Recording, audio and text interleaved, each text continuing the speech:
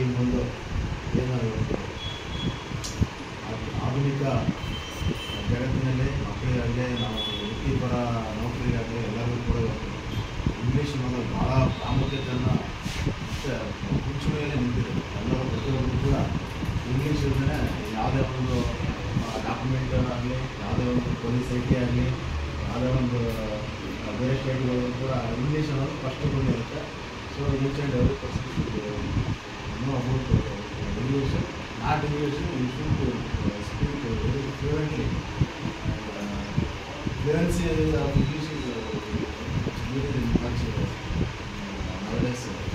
So ಅವರು ಕೂಡ ಮಕ್ಕಳಿಗೆ ನಿಮಗೆ ಚೆನ್ನಾಗಿ ಇಂಗ್ಲೀಷ್ ಸ್ಟೇಟ್ ಮಕ್ಕಳು ಅಂತೇಳಿ ಉದ್ಯೋಗ ಬಂದಿದ್ದಾರೆ. ಅವ್ರು ಹೇಳೋ ಮೆಥಡ್ ಡಿಫ್ರೆಂಟ್ ಅನಿಸ್ತಾ ಇದೆ ನನಗೆ ಕೂಡ.